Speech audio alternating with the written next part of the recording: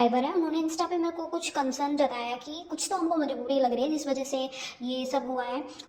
और मम्मी ने इतना बड़ा डिसीजन ले लिया कि आज जो ऑडियंस उसको सपोर्ट कर रही थी आज वही उसके खिलाफ हो रही है। जरूर उसकी कुछ ना कुछ मजबूरी रही होगी। आप भी जो पहले मम्मी के साइड थे आप उसके अगेंस्ट हो गए हो, आप हमारी बातों को समझो। तो उन लोगों ने मेरे को कुछ पॉइंट्स रखे थे जिससे मैं थोड़ा बहुत एग्री भी करती हूँ। तो मैंने सोचा कि उनके सब्सक्राइबर के या फिर जो मम्मी के फैंस हैं उनके बिहाफ पे मैं वीडियो बना दूँ, क्योंकि वो लोग मेरे को मैसेज और कमेंट्स करते हैं। तो मैं चाहती हूँ कि उन लोगों की थॉट्स भी आप लोगों तक पहुंचे।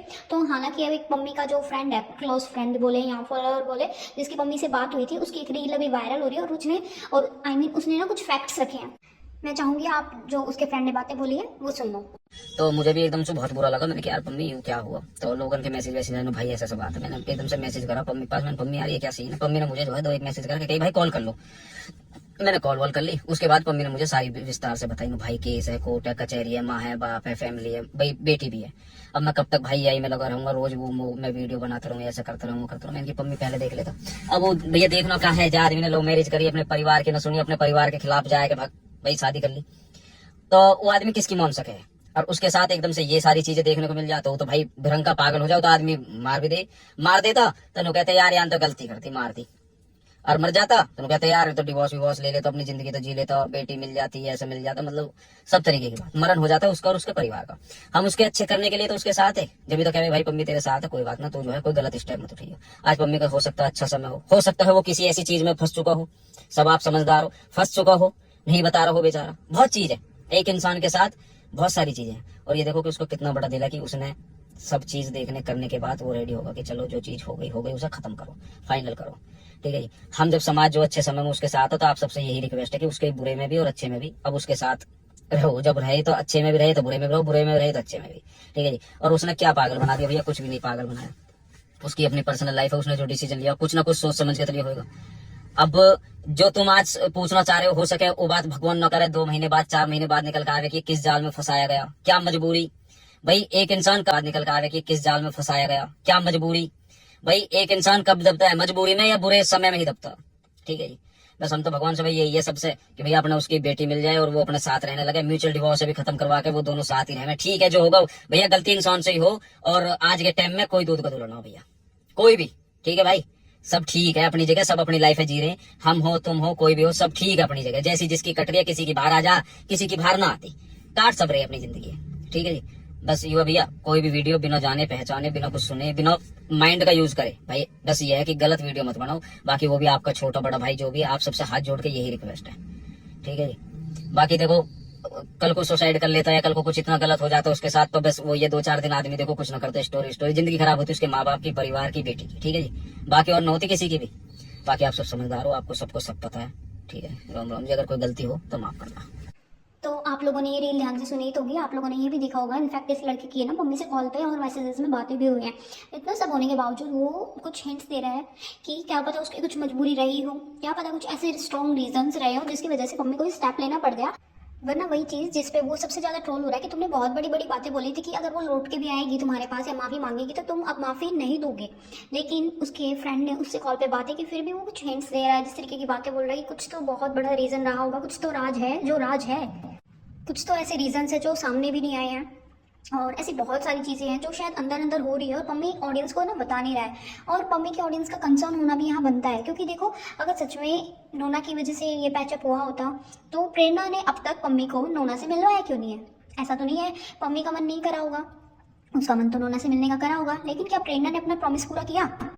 उसने पम्मी से शर्त रखी थी कि वो उसके केस वगैरह हटवा देगी और जो भी ये चीज़ें हैं मतलब केस इजीली ले लेगी और उसको नोना से मिलवाएगी। नोना वाली बात सुन के अकॉर्डिंग टू पम्मी जितना उसने अब तक बताया, नोना वाली बात सुन के वो पिघल गया था और उसने ये सब माफ़ कर दिया था और उसने बात करने का ट्राई कर लिया था। और जो भी सब चीज़ें हुई वो आप लोगों के सामने है। लेकिन बात ये है कि 1 वीक होने को आया है, क्या प्रेरणा ने अपना प्रॉमिस पूरा किया? उसने अब तक नोना को पम्मी से मिलवाया क्यों नहीं है?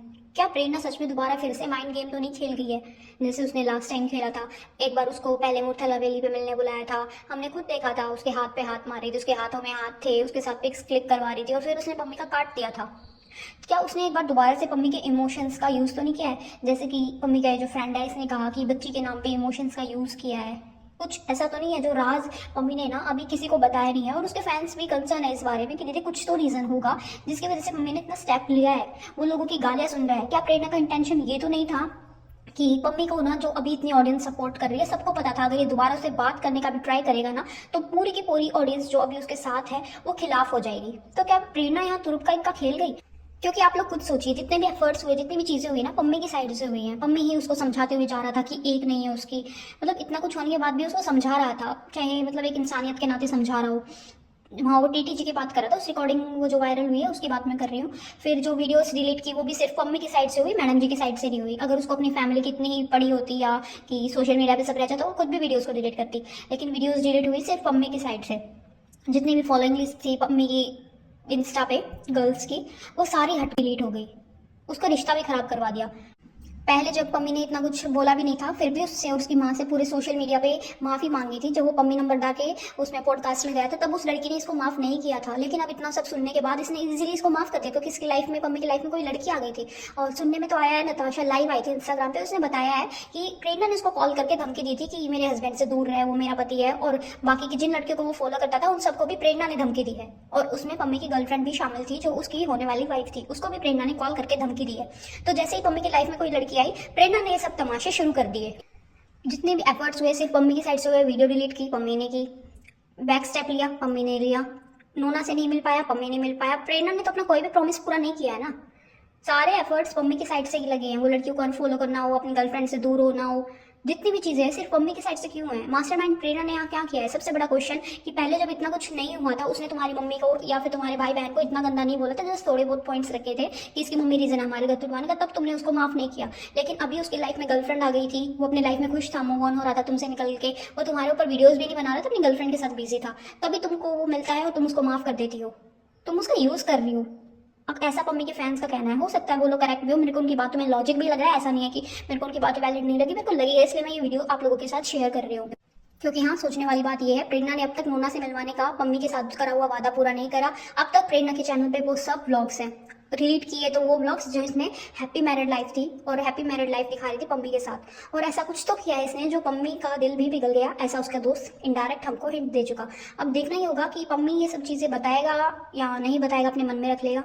तो जैसी भी चीज़ें होंगी आप लोगों को मेरे चैनल पर अपडेट मिल जाएगी। चैनल को सब्सक्राइब कर लेना, अगर मेरे वीडियोज़ पसंद आते हो वीडियो को लाइक कर देना। मिलते हैं जल्द नए वीडियो में, तब तक के लिए बाय बाय।